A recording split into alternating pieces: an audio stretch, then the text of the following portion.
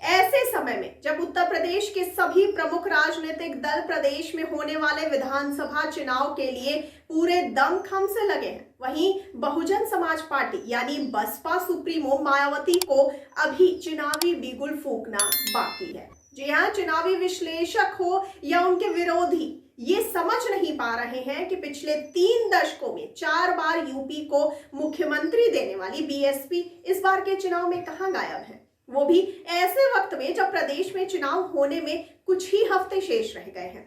कभी यूपी में बीजेपी को 51 सीटों पर सिमेट देने वाली बीएसपी आज खुद सूबे की सियासत से गायब दिख रही है, जिसने राजनीतिक पंडितों से लेकर प्रतिद्वंदी राजनीतिक दलों को भी हैरान कर दिया है। आपको बता दें कि मायावती साल 2017 में हुए विधानसभा चुनाव में 19 सीटें जीतकर तीसरे स्थान पर रही थी। वो जब सत्ता में आती हैं, उनका ग्राफ बढ़ता है और हटती हैं तो वो गिर जाता है। आंकड़े बताते हैं कि साल 2007 के बाद से साल 2012 और साल 2017 में उनका जनाधार गिरा है। आइए जानते हैं कि कैसे हुई पार्टी और भी कमजोर। आपको बता दें कि अब तक दर्जन भर बीएसपी विधायक पार्टी छोड़ चुके हैं। रामअचल राजभर अखिलेश यादव के साथ जा चुके हैं। 5 साल पहले सुधरने का मौका देने के नाम पर बीएसपी से जोड़े गए मुख्तार अंसारी को पहले ही टिकट ना देने का फैसला हो चुका है। अभी अभी आजमगढ़ के सिगड़ी से बीएसपी विधायक वंदना सिंह बीजेपी की हो गई हैं। वंदना सिंह को भी बीएसपी छोड़ने की आशंका में बाकी नेताओं की तरह बर्खास्त कर दिया गया था। रामअचल राजभर और लालजी वर्मा के साथ भी ऐसा ही हुआ और गुड्डू जमाली को लेकर भी बीएसपी की तरफ से बताया गया है कि किसी लड़की के उन पर आरोप लगाने की वजह से गुड्डू जमाली ने इस्तीफा दिया है। और आइए अब जानते हैं इसको लेकर के विपक्षी मायावती पर क्या क्या तंज कस रहे हैं। आपको बता दें कि मुरादाबाद में एक जनसभा को संबोधित करते हुए केंद्रीय गृह मंत्री अमित शाह ने मायावती पर कटाक्ष किया। अमित शाह ने बसपा सुप्रीमो पर तंज कसते हुए कहा कि बहन जी की तो अभी ठंड ही नहीं गई है। अरे चुनाव आ गया है बहन जी, थोड़ा बाहर भी आ जाओ। मायावती की गैर मौजूदगी पर यूपी कांग्रेस महासचिव प्रियंका गांधी वाड्रा ने भी हैरानी जताई है। 23 दिसंबर को नई दिल्ली में अखिल भारतीय कांग्रेस कमेटी मुख्यालय में मीडिया कर्मियों से बात करते हुए उन्होंने कहा कि यदि आप पिछले 2 वर्षों में उत्तर प्रदेश में सभी विपक्षी दलों को देखें तो कांग्रेस के अलावा किसी ने भी कोई आंदोलन नहीं किया, सड़कों पर नहीं आया या लोगों के मुद्दों को नहीं उठाया।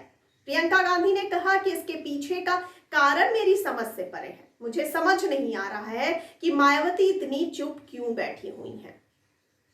आपको बता दें कि चुनाव को छोड़कर मायावती फील्ड में भी नजर नहीं आती हैं। उदाहरण के तौर पर प्रयागराज का ही मामला ले लीजिए। प्रयागराज में एक दलित परिवार के 4 लोगों की हत्या के बाद प्रियंका गांधी वाड्रा जहां पीड़ित परिवार के पास पहुंच जाती हैं, मायावती सिर्फ ट्विटर पर यह दावा करती हैं कि घटना के बाद सबसे पहले बीएसपी का प्रतिनिधि मंडल वहां पहुंचा था। बसपा सुप्रीमो मायावती की ओर से पहले ही घोषणा की जा चुकी है कि उनकी पार्टी यूपी विधानसभा चुनाव 2022 में एकला चलो की नीति पर ही आगे बढ़ेगी। जी हां, उन्होंने पिछले चुनाव में सपा से गठबंधन करके इसका परिणाम देख ही लिया था, इसीलिए इस बार वे ऐसा कुछ नहीं करेंगे। उत्तर प्रदेश की राजनीति पर पैनी नजर रखने वाले जानकार मायावती के आगामी चुनाव में राजनीतिक निष्क्रियता को उन पर चल रहे आय से अधिक संपत्ति मामले से जोड़कर देखते हैं। वरिष्ठ पत्रकार रामदत्त त्रिपाठी मानते हैं कि संभवतः ये कहा जा रहा है कि उन पर और उनके परिवार के सदस्यों पर आय से अधिक संपत्ति के मामलों के कारण वे दबाव में हैं। नतीजन उन्होंने बयान दिया था कि विधानसभा या राज्यसभा के चुनाव में मुझे अगर जरूरत पड़ेगी तो मैं बीजेपी की मदद कर दूंगी। और आइए अब जानते हैं कि किस आस में बैठी है मायावती। सूबे के 18 मंडल के मुख्य इंचार्जों और 75 जिलाध्यक्षों के साथ की गई बैठक के बाद मायावती अभी भी चुनाव के लिए रणनीति पर ही चर्चा कर रही हैं। ऐसा लग रहा है कि मायावती मानकर चल रही हैं कि भाजपा सपा के शासन से गुस्साए मतदाता बसपा की ओर ही आएंगे। बसपा की ओर से जारी प्रेस रिलीज में मायावती के हवाले से यही कहा जा रहा है कि यूपी की जनता ने सभी पार्टियों का शासनकाल देखा है। लेकिन सबका यही कहना है कि बसपा का शासनकाल बेहतरीन था। और आइए अब जानते हैं कि कैसे बदली है मायावती की राजनीति। आपको जानकारी के लिए बता दें कि मायावती की राजनीति में यह फर्क जरूर आया है कि वो खुद तो मीडिया से बात करने लगी हैं और सवालों के जवाब भी देती हैं। पहले या तो प्रेस कॉन्फ्रेंस बुलाकर बयान पढ़कर उठकर चल देती थी या फिर न्यूज एजेंसी को बुलाकर बयान बांट देती थी। एक खास बात और है कि बीएसपी के प्रवक्ता टीवी बहसों में पार्टी का पक्ष रखने लगे हैं और पहले की तरह यह बात सिर्फ सतीश चंद्र मिश्रा तक ही सिमटी हुई नहीं है।